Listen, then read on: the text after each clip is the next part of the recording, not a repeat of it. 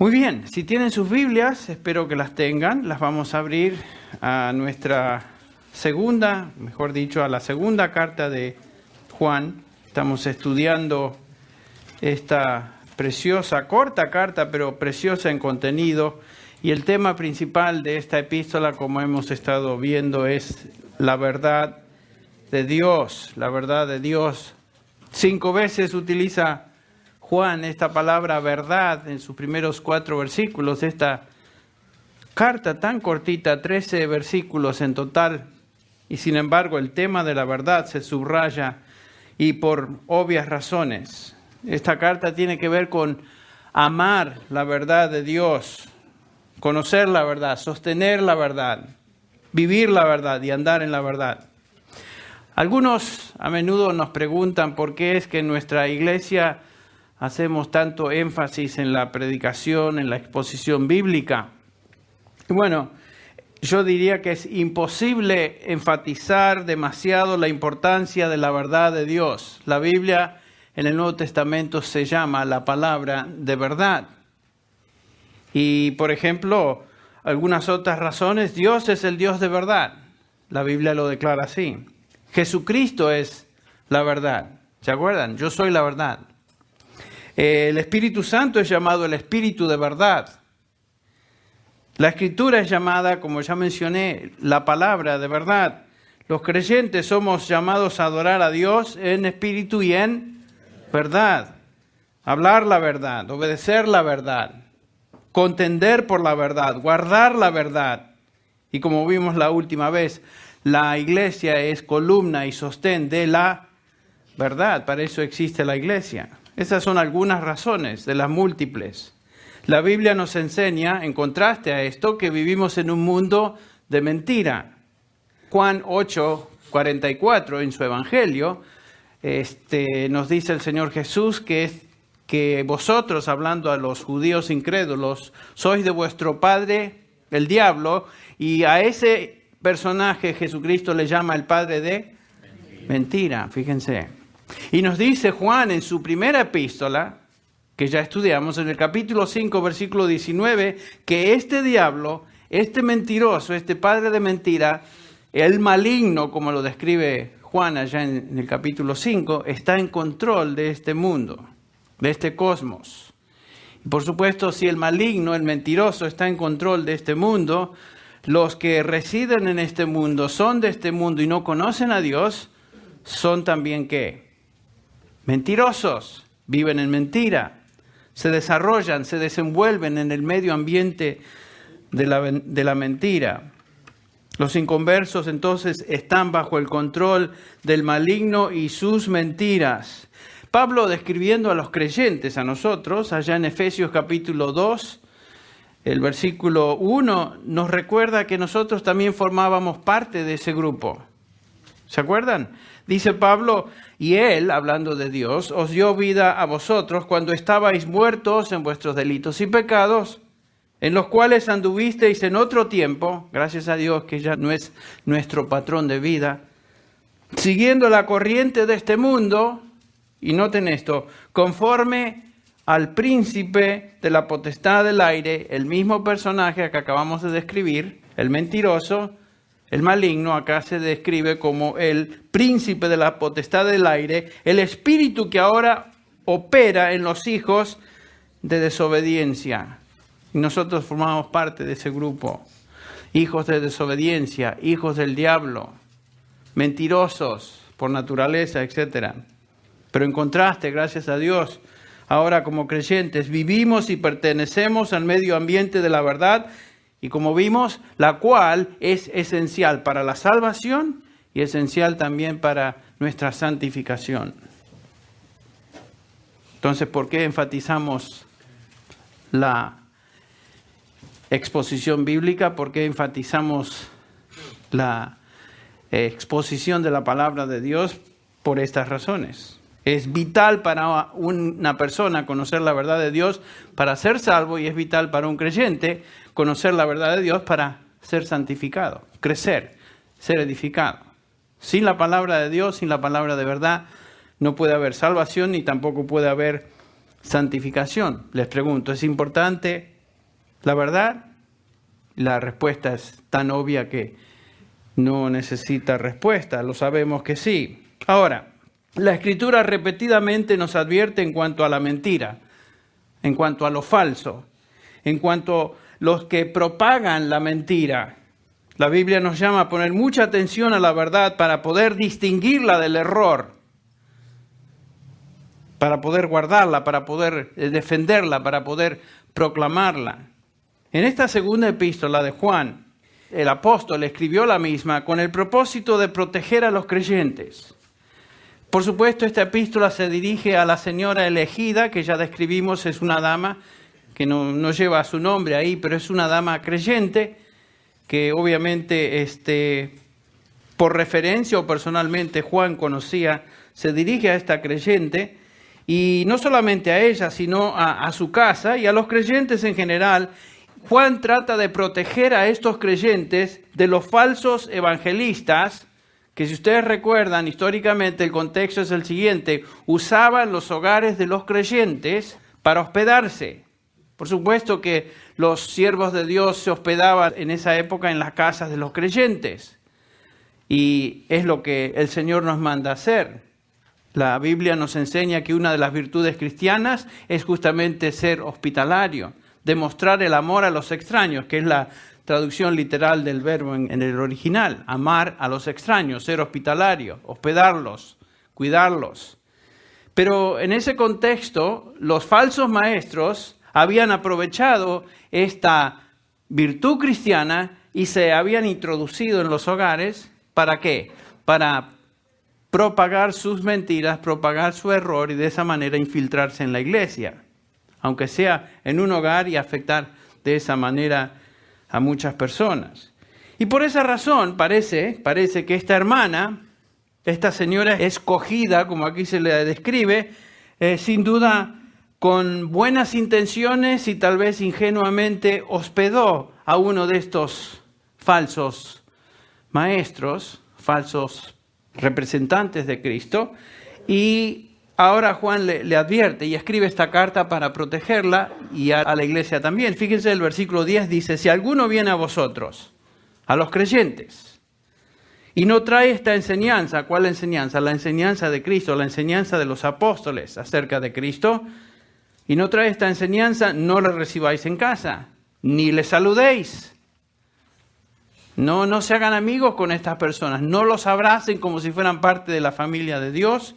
Y más, agrega el versículo 11, porque el que le dice, bienvenido eres, ¿qué pasa? El resultado es que participa en sus malas obras, imagínense. Así de claro. Entonces, como cristianos debemos ser hospitalarios, debemos recibir a hermanos en Cristo que tienen necesidad, pero esta virtud cristiana debe ir siempre acompañada, dijimos, de discernimiento, habilidad de discernir, discriminar entre el error y la verdad. Y la única manera de poder tener discernimiento y la habilidad o capacidad de discriminar entre el error y la verdad es sabiendo ¿qué? La verdad. ¿Cómo vamos a conocer lo que es falso si no conocemos lo que es verdad? Entonces Juan escribe a esta creyente y por aplicación a cada uno de nosotros que conocemos al Señor Jesús. Y la última vez vimos que como cristianos la verdad nos une. Nos une, en primer lugar, el versículo 1. Vimos también que la verdad está en nosotros, permanece en nosotros, por el Espíritu Santo que tomó residencia en nuestro corazón. La verdad también nos bendice, el versículo 3. Y la verdad, vimos, también nos controla, el versículo 4. Toda nuestra existencia como creyentes realmente se desarrolla en esta esfera de la verdad. Es clave, es vital, es tan importante, es tan importante. Esto nos lleva a un segundo principio que el apóstol subraya. No solamente vemos aquí que vivimos en la verdad, sino que como cristianos, en segundo lugar, amamos la verdad. Y ahora sí vamos a ver esto en el versículo 5. El cristiano no es una persona simplemente comprometida con la verdad intelectualmente, sino que es una persona que al comprometerse con la verdad, ese compromiso se convierte en su vida en una manifestación de amor práctico. De amor práctico. Fíjense lo que dice el versículo 5. Y ahora te ruego, señora, no como escribiéndote un nuevo mandamiento, sino el que hemos tenido desde el principio, y este es el mandamiento, que ¿qué? Que nos amemos unos a otros. En otras palabras, Juan nos va a enseñar acá que no usamos la verdad como excusa para ser inhospitalarios, para ser faltos de cortesía o sin misericordia, sin demostración de gracia a otros. La verdad del Evangelio no es una verdad seca, sino que la verdad siempre incorpora el amor, ya que el amor en el Nuevo Testamento es parte de la verdad cristiana. Y el amor y la verdad siempre van de la mano, nunca están separados en el Nuevo Testamento. Andar en la verdad implica andar en amor, y andar en amor implica andar en la verdad. ¿Ven? Entonces veamos por unos minutos este versículo 5. Juan acaba de subrayar el hecho de que la verdad nos une, nos controla. Y si esto es cierto, entonces concluye Juan, la verdad se manifiesta en amor mutuo. Y el mandamiento es este, que nos amemos unos a otros. Este es un mandamiento de la Escritura y Juan dice que este mandamiento, dice, no es nuevo. Fíjense, no como escribiéndote un nuevo mandamiento, le dice. Juan no está escribiendo algo que ella no conocía o que los creyentes no conocían. El amor mutuo es algo que los creyentes ya conocían. Ya habían sido instruidos en eso. La palabra nuevo, kainos, aquí es nuevo en calidad, no nuevo en cronología. No es nuevo en términos de tiempo, sino en esencia, en calidad. Lo mismo Juan expresa en su primera epístola, cuando lo estudiamos en el capítulo 7, cuando dice, amados, no os escribo un mandamiento nuevo, sino un mandamiento antiguo, que habéis tenido desde el principio. El mandamiento antiguo es la palabra que habéis oído. Entonces el mandamiento a amar no es un mandamiento que ellos habían escuchado por primera vez. Se enseña en el Nuevo Testamento. Y por supuesto se enseña a través del Antiguo Testamento. Algunos piensan que el amor vino con el Nuevo Testamento, el amor vino con Jesús. Y algunos piensan, Jesús habla del amor, el Antiguo Testamento habla de un Dios enojado, un Dios indignado, y realmente no hay amor en el Antiguo Testamento. Bueno, los liberales dicen eso y muchas personas piensan eso. Pero el Antiguo Testamento nos enseña acerca del amor. Toda la ley de Dios es una expresión del amor de Dios. ¿Qué es la ley? Sino en resumen el amor de Dios. Fíjense, en Deuteronomio 6:5, por ejemplo, estamos repasando conceptos que ustedes ya conocen. Dice, amarás al Señor tu Dios con todo tu corazón, con toda tu alma, con toda tu fuerza. Es parte de la ley.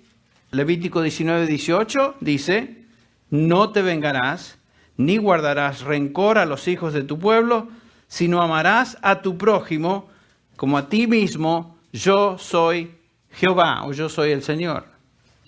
2 mandamientos del Antiguo Testamento. Y Jesús resume la ley. ¿Se acuerdan? De esta manera, ya en Mateo 22:35 se le acerca un intérprete de la ley, uno de estos que supuestamente eran profesionales de la ley, para ponerle a prueba, le preguntó. No vino para aprender, vino para ponerle a prueba. Maestro, ¿cuál es el gran mandamiento de la ley? Para ver si sabía, ¿no? Y él le dijo, amarás al Señor tu Dios con todo tu corazón, con toda tu alma y con toda tu mente. Está haciendo referencia a Deuteronomio 6. Este es el grande y primer mandamiento, dice Jesús. Y el segundo es semejante a este. Amarás a tu prójimo como a ti mismo. Y después dice, o resume, de estos 2 mandamientos dependen toda la ley y los profetas. ¿Qué es la ley entonces, sino el resumen del amor de Dios? Amor a Dios, amor a otros. O sea que el Antiguo Testamento no carece de amor, sino que incorpora el amor manifiesto en la ley de Jehová, en la ley de Dios. Por esto Pablo declara en Romanos 13:10, el amor es el cumplimiento de la ley. No es que no había amor en la ley. El amor es el cumplimiento de la ley, amar a Dios con todo nuestro ser y amar a nuestro prójimo como a nosotros mismos. Ese es el cumplimiento de la ley. Si tú amas a Dios, no vas a tomar su nombre en vano. Si tú amas a Dios, no te harás imagen delante de Él. Si tú amas a Dios, no responderás en obediencia, tú responderás, mejor dicho, en obediencia a cualquier mandamiento que Él establezca o nos enseñe en su palabra. Traerás honor a su nombre. Si tú amas a tu prójimo, entonces no matarás. Si tú amas a tu prójimo, no codiciarás lo que le pertenece a él, ya sea posesiones o un buey o su mujer o lo que sea. De eso habla la ley. Si tú amas a tu prójimo, no vas a mentir a tu prójimo.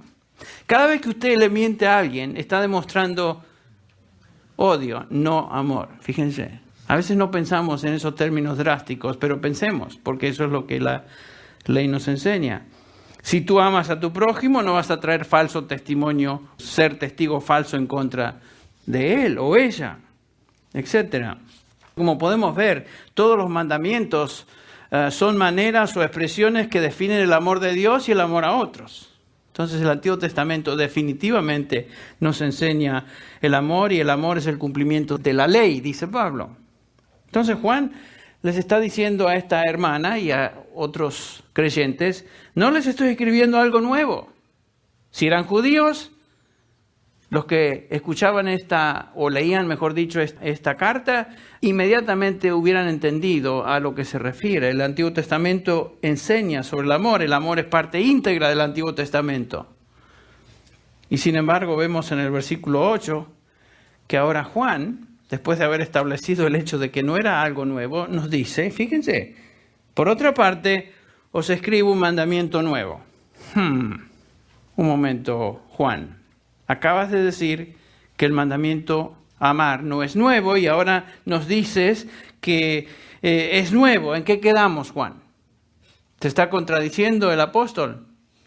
No, entonces Juan comienza ahora a explicarnos. En primer lugar nos dice, os escribo un mandamiento nuevo, el cual es verdadero en él, hablando de Jesús. ¿Qué quiso decir Juan con eso? El cual es verdadero en él. ¿En qué sentido este mandamiento es nuevo en relación a Cristo? Bueno, el amor del cual nos habla Juan, en este nuevo sentido, es un amor que ninguno antes había podido observar.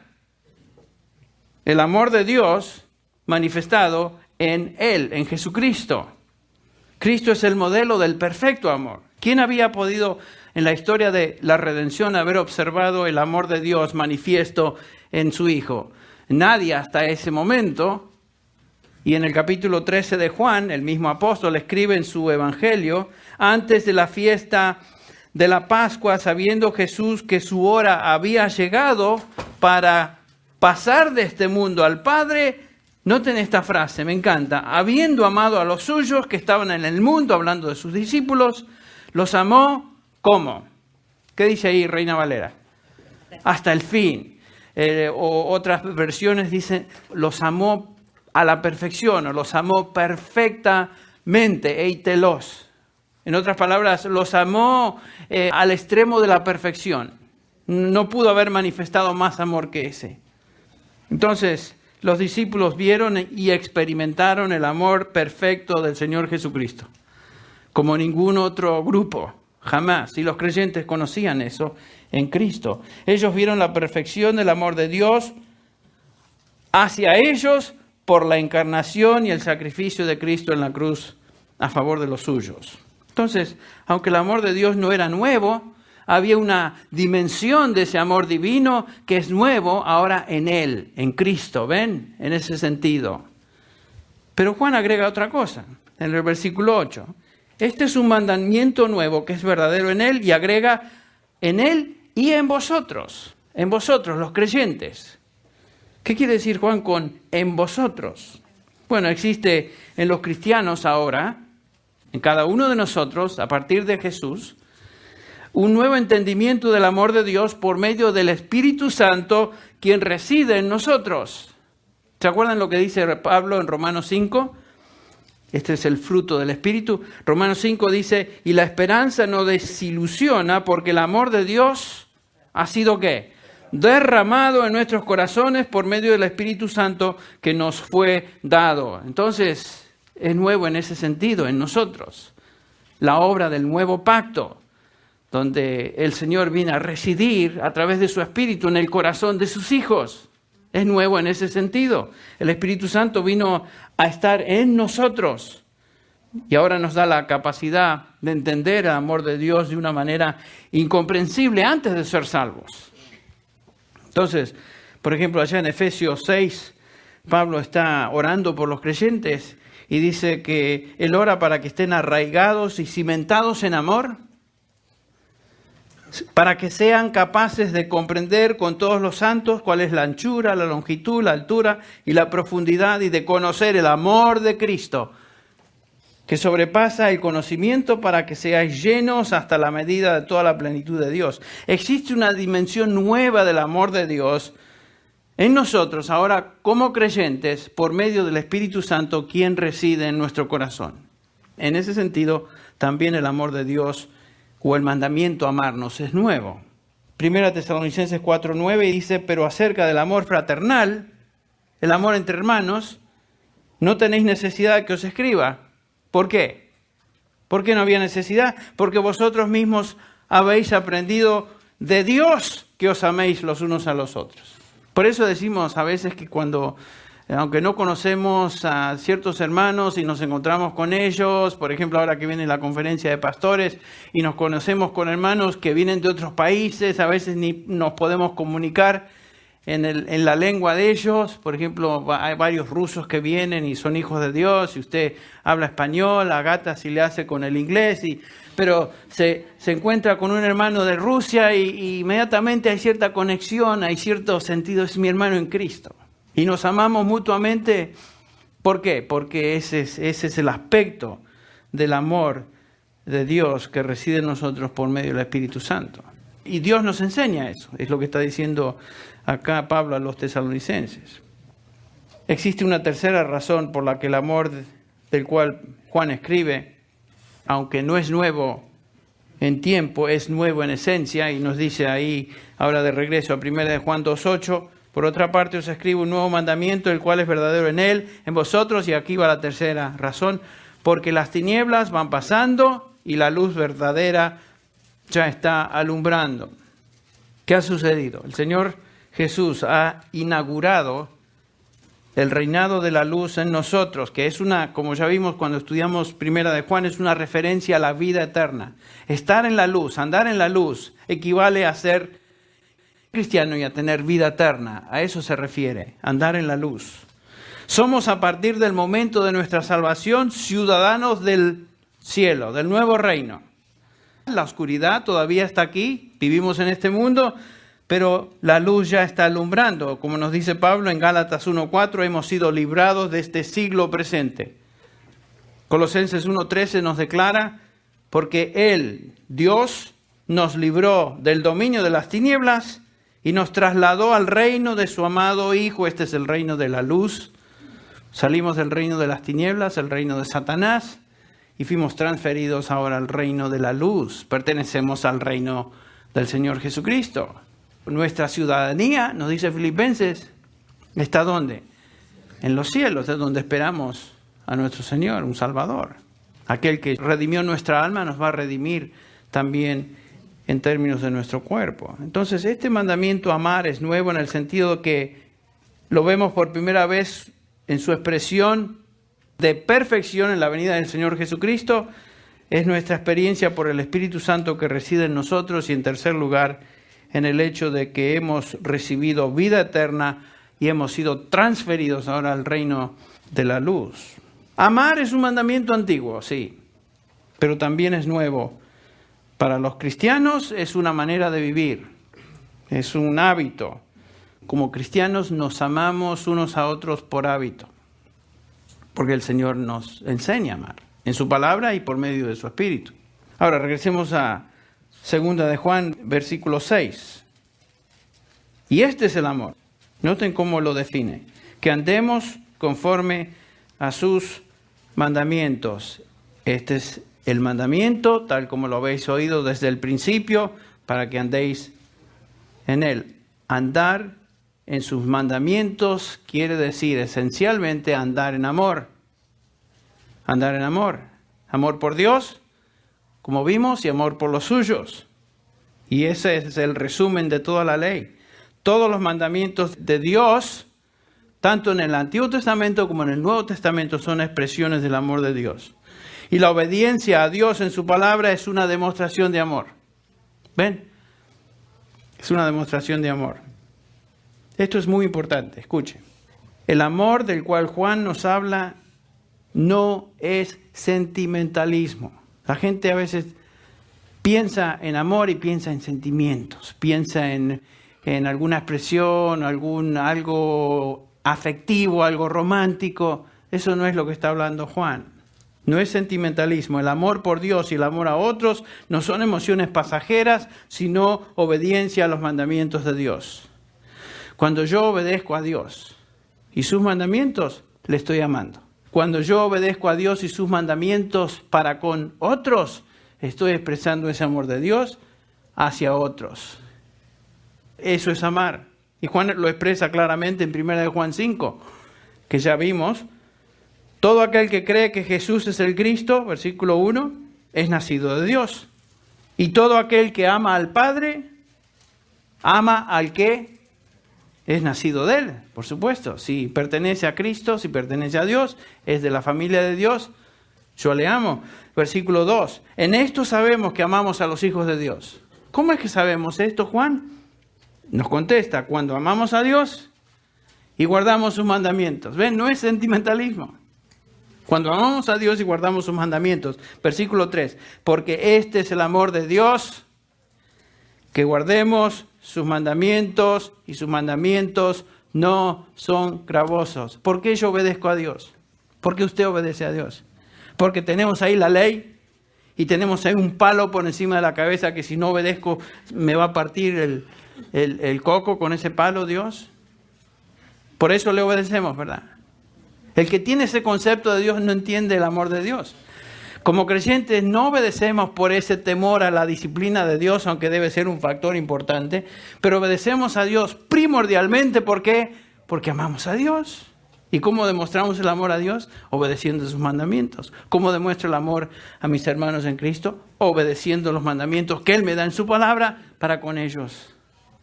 Y ellos para conmigo.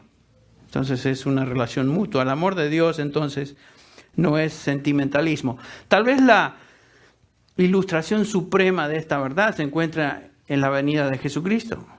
Nos dice, por ejemplo, Efesios 5:2, andad en amor, así como Cristo nos amó. ¿Cómo nos amó Cristo? Bueno, Él realmente se enamoró de su iglesia. Nada que ver. ¿Por qué es que Cristo nos amó? Nos dice acá, se dio a sí mismo por nosotros. Esa es la forma en que Él demostró el amor. Cristo nos amó como siendo perfectamente obediente al Padre. ¿Se acuerdan? No vine a hacer yo la voluntad mía o mi voluntad, sino la voluntad de mi Padre. ¿Y para qué vino a esta tierra? Vino para cumplir el propósito salvífico de Dios para con su pueblo. Cristo vino a salvar a su pueblo de sus pecados. Vino a salvar a aquellos que Dios le había dado por amor a Él para que Él salvara. Cumplió eso. Lo cumplió perfectamente. Y aquí nos dice Pablo que demostró el amor para con nosotros, dándose a sí mismo por nosotros. ¿Ven? Es una acción, no es sentimientos, no son emociones. Demostró obediencia completa al Padre, dándose a sí mismo y muriendo por nosotros. Esto es importante que entendamos. Porque a veces, como creyentes, uno se frustra, ¿no? Porque hay días... Estoy tratando de identificarme con algunos que estarán pensando ciertas cosas. Hay días que uno no se siente con ganas de amar. ¿No les pasa? Y se ríen porque es cierto, ¿verdad? Y algunos dirán, hermano, yo la mayoría de los días no me siento. O sea, si esperamos un sentimiento, a veces no vienen. Y para colmo, empezamos, a ver, Señor, ayúdame a amar, ayúdame a sentir... Y empezamos a poner ahí la imagen de algunos hermanos y peor nos sentimos. El punto es que el amar no es sentimiento, sino es obediencia a la palabra de Dios. Y si Dios me dice que debo amar a mis hermanos, y lo debo hacer sacrificadamente, así como Cristo lo hizo a favor mío, yo no debo esperar un sentimiento especial. Más, no debo esperar un sentimiento especial. Debo simplemente decir, Señor, yo te amo a ti, quiero ser obediente a ti, amando a mis hermanos. Y demostrándolo de alguna manera práctica. Práctica. Así que no estén esperando algún sentimiento ahí medio raro por ahí. Que de algún día le caiga y le venga. Usted dice, ahora sí entiendo lo que es. No, el amor es obediencia. Vamos a un tercer principio. Vivir y amar en la verdad demanda ser leales a la verdad. Vivimos en amor, vivimos en la verdad, amamos la verdad y ahora somos leales a la verdad. Los versículos 7 y 8.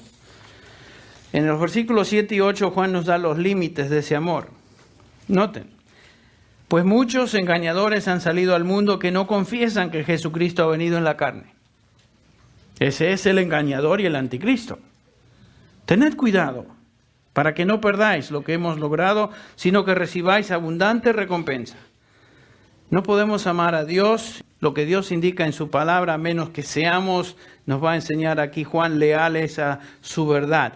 Leales a su verdad y a aquellos que enseñan su verdad. Dice, muchos engañadores han salido al mundo, que no confiesan que Jesucristo ha venido en carne. Esta es una advertencia, no podemos amar a los que niegan la verdad. No podemos amar a los que son anticristos. Si vamos a amar en verdad, ¿cómo podemos abrazar entonces a aquellos que están en contra de la verdad? Si eso hacemos, la verdad se desvanece. O peor, perece, desaparece. Recuerden que lo que nos une como creyentes en Cristo Jesús es la verdad del Evangelio. Es la verdad y nuestro compromiso con la verdad. Eso es lo que nos une.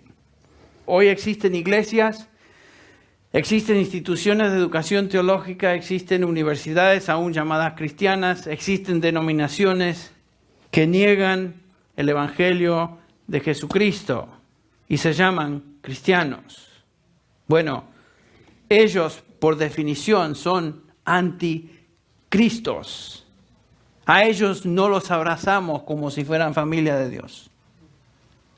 No podemos amarlos en ese sentido. Existen docenas de advertencias en el Nuevo Testamento en cuanto a los anticristos, a los falsos cristos. Hay muchos ejemplos. Podríamos pasarnos la noche hablando de ellos. Simplemente algunos ejemplos acá. Mateo 24:24, el Señor advierte, porque se levantarán falsos cristos y falsos profetas y harán grandes señales y prodigios, de tal manera que engañarán, si fuera posible, aún a los escogidos. Gracias a Dios que no van a poder hacerlo. Puede ser por un tiempo, pero no los van a engañar totalmente.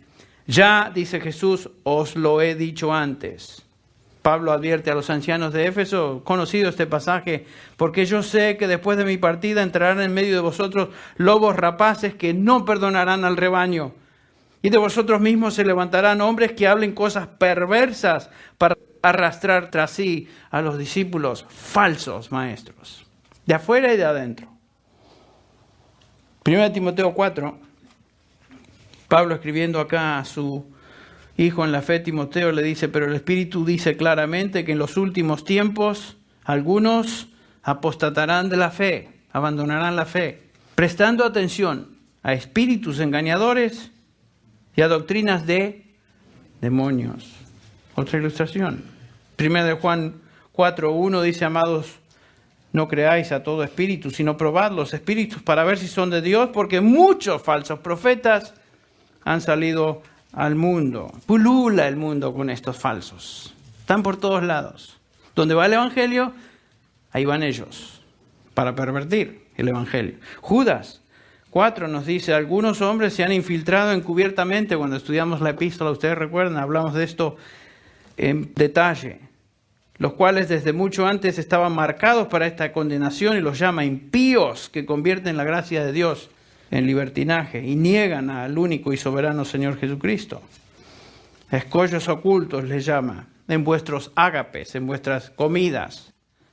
Son olas furiosas del mar que arrojan como espuma su propia vergüenza, estrellas errantes para quienes la oscuridad de las tinieblas ha sido reservada para siempre. Miren cómo los describe Judas en términos muy parecidos a 1 Pedro 2. Todos estos son falsos maestros del Evangelio. Ellos son falsos representantes de Cristo, están, como dije, por todos lados. Están por todos lados. Estaban en esa época y hoy están por todos lados. Y por supuesto no estamos hablando de representantes de otras religiones. Usted no va a ser engañado por un budista. Usted no va a ser engañado por alguien que está adorando al shintoísmo y todos estos ismos. ¿No es cierto? Hay muchos. Juan no está hablando de estos. Lo que estamos hablando es de aquellos que son falsos, que se hacen pasar por cristianos. Esos son los peores. Esos son los más mortíferos y peligrosos, porque se hacen pasar por cristianos, se disfrazan de cristianos. Como Pablo dice en 2 Corintios 11:13, porque los tales son falsos apóstoles, obreros fraudulentos que se disfrazan como apóstoles de Cristo. Y no es de extrañar, porque aún Satanás se disfraza como ángel de luz. Son vivos estos tipos. ¿Usted cree que van a venir disfrazados de rojo con un tridente y una cola larga? No, usted no se dejaría engañar por eso. Son muy hábiles, siguen a su padre, que es el padre de mentiras, Satanás. Por tanto, dice, no es de sorprender que sus servidores de Satanás, también se disfracen como servidores de justicia. Claro que se disfrazan como ellos, cuyo fin será conforme a sus obras. Estos predican no el evangelio de Jesucristo, sino otro evangelio. Carcomen el evangelio, tuercen el evangelio, socavan el evangelio de Cristo. Y hay muchas formas de hacerlo. En Gálatas, Pablo tiene que confrontar a los judaizantes que estaban transformando la gracia de Dios en una salvación por medio de obras. Está bien que creer en Cristo, pero a Cristo hay que agregarle todas estas cosas. Circuncisión, guardar la ley, etcétera, etcétera. Eso es ser salvo por obras. Todas las sectas básicamente ganan la salvación por sus obras. No creen la salvación por gracia por medio de la fe. Creen en una salvación basada en obras. El trasfondo de ustedes, la mayoría de ustedes vienen de un trasfondo donde se les enseñó a ganarse el cielo por medio de las obras. ¿Seguro? Esto es una forma de torcer el evangelio. Predicar un concepto errado de Dios, de Cristo, de su obra en la cruz del Calvario. Todo esto es torcer el evangelio, esto es mentiras. Durante la época que Juan escribe, no tenemos tiempo para entrar en detalle, pero cuando Juan escribe sus epístolas, había una falsa corriente de enseñanza, un incipiente gnosticismo que decían que, bueno, el cuerpo es malo, todo lo material es malo, el espíritu es bueno. Decían que Jesucristo, por lo tanto, teniendo ese concepto, Jesucristo no es que vino en carne, sino que vino con apariencia de carne. Era un fantasma, era un espíritu que se veía como si fuera hombre. Por eso dice Juan, en esto conocéis el Espíritu de Dios. Todo espíritu que confiesa que Jesucristo ha venido en carne es de Dios. En esa época estaban estos que negaban el hecho de que Jesucristo había venido en carne. Y por supuesto, imagínense, si Cristo no vino en carne, entonces no fue clavado en la cruz del Calvario, como nosotros sabemos, no derramó su sangre en la cruz por nosotros, no murió por el pecador, el ser humano a quien vino a sustituir en ese precio sobre la cruz, no resucitó de los muertos. ¿Ven lo que han hecho? Han destruido el evangelio. Si Cristo es un fantasma, no hay evangelio del Nuevo Testamento. Y entonces tiene que confrontar eso el apóstol Juan. En el versículo 7 de esta misma epístola, personas que no confiesan que Jesucristo ha venido en carne, dice Juan, este es el engañador y este es el anticristo.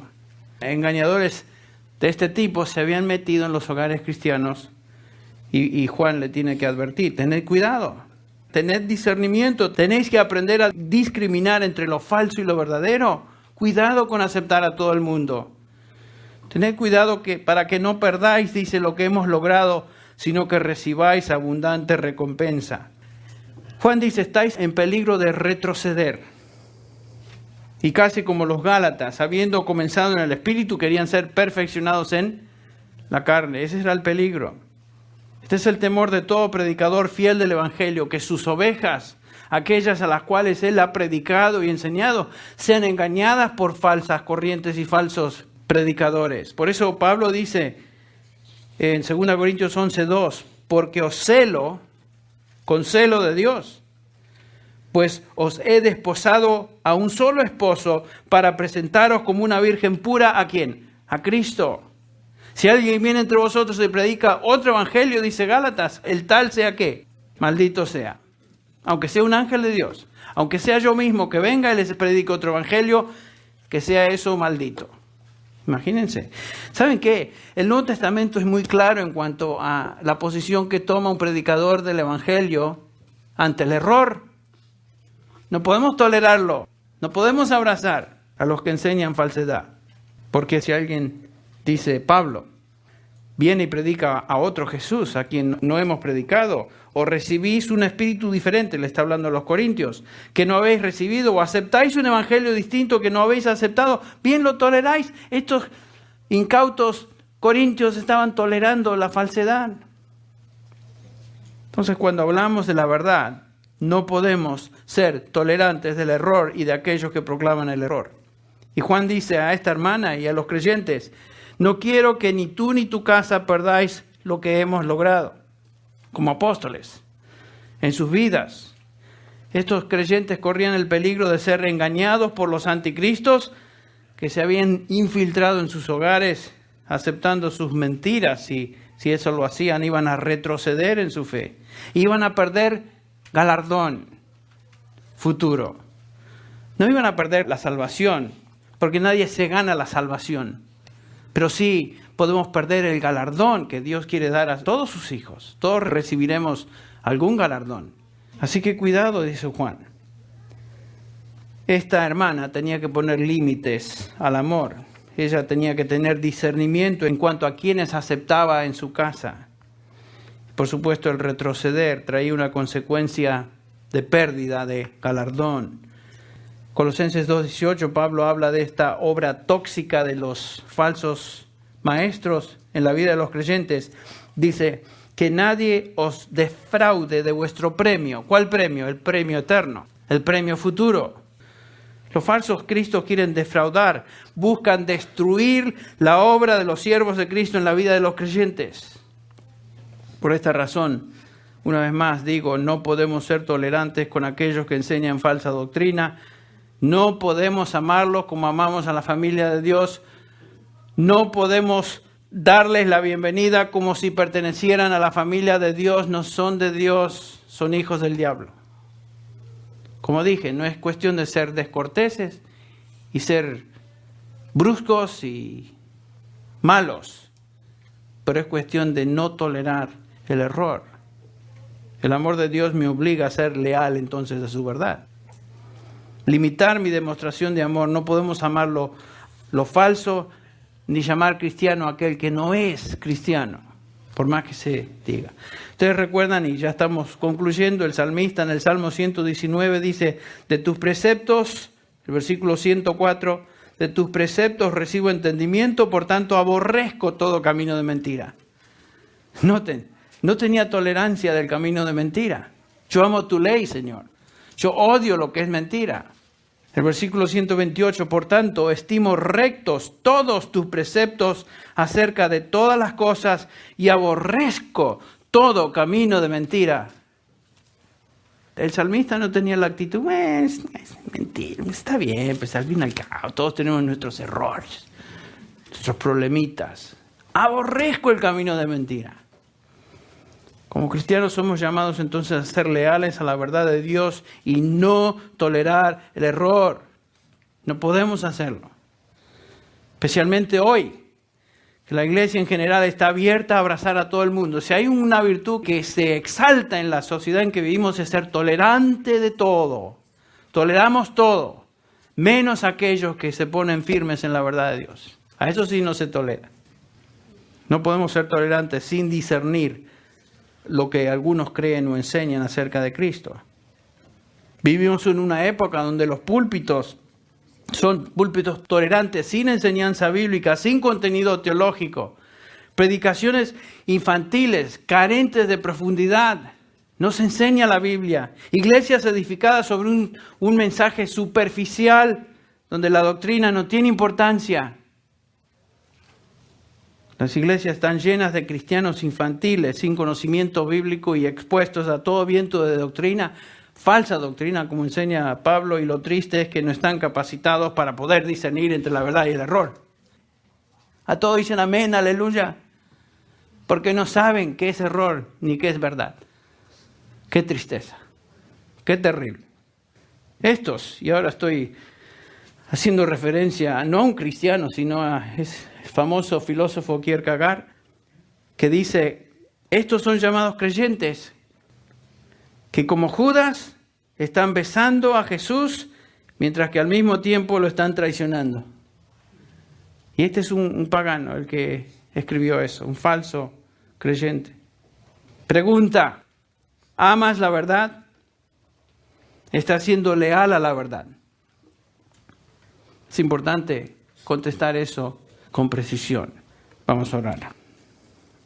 Te damos gracias, Señor, por tu verdad. Te damos gracias porque la has revelado en tu palabra. Y, Señor, como iglesia nos llamas a ser baluarte y sostén de la verdad. Señor, ayúdanos a no poseer una verdad intelectual nada más. Una verdad en la cual asentimos y no reflejamos esa verdad por medio del amor, Señor. Ayúdanos a amarnos, ayúdanos a amarte a ti. Y la forma en que te amamos a ti es siendo obediente a tus preceptos, a tus mandamientos. Y la forma de amar a otros, Señor, es siendo obediente a lo que tú nos dices en términos de nuestra relación con nuestro prójimo. Señor, ayúdanos a entender mejor, conocer la verdad,